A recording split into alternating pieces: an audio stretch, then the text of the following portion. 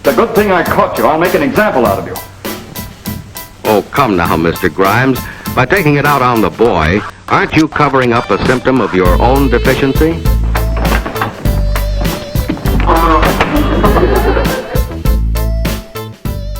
Hey kids out there in TV land, are you in an AP government or a political science class and you keep hearing the word gerrymandering and you want to run for the door? Well, 2 minutes, we're going to explain it to you right now. Gerrymandering basically means tinkering, and it means tinkering with legislative district lines by political parties.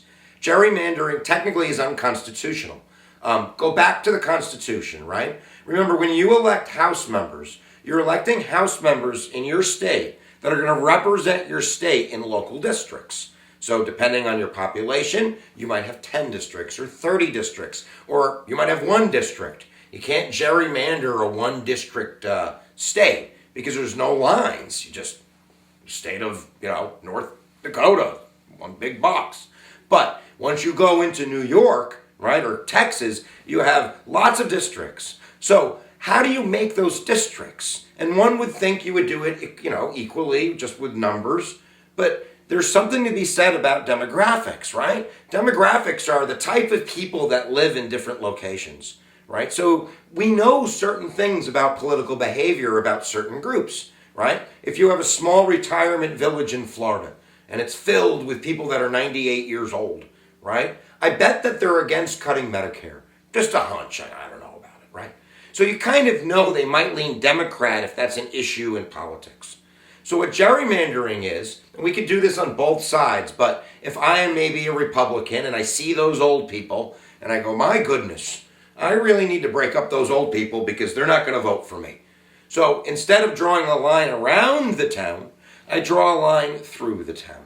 And that divides the elderly population to maybe young suburbanites on this side and maybe to wealthy people that live on this side, and their voice gets diluted. It's done by both political parties, and it's been done in the past, sometimes to break up high minority groups. So if you have a large African American or Hispanic population, you draw lines to divide that group up. Or maybe an all-white suburb, and kind of chunking it with a big city here and chunking it with a blue-collar town there. So gerrymandering has been ruled to be unconstitutional. The court case that does that for you is Baker versus Carr, basically, early 1960s, maybe 62, that declared everyone had a right in the Constitution to have their vote equally counted with everybody else. One man, one vote. And that gerrymandering fundamentally kind of disturbed that right. So this is still a hot issue today. At the end of the day, the state has the right to draw the lines. But since political parties, unwritten constitution, control the states, it's in their self-interest to draw the lines that are going to help them gain a congressional seat.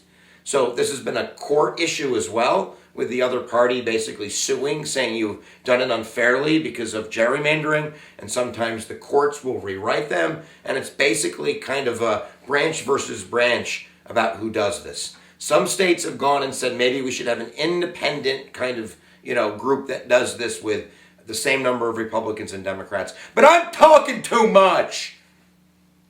Gerrymandering. You should know what it means. Yeah.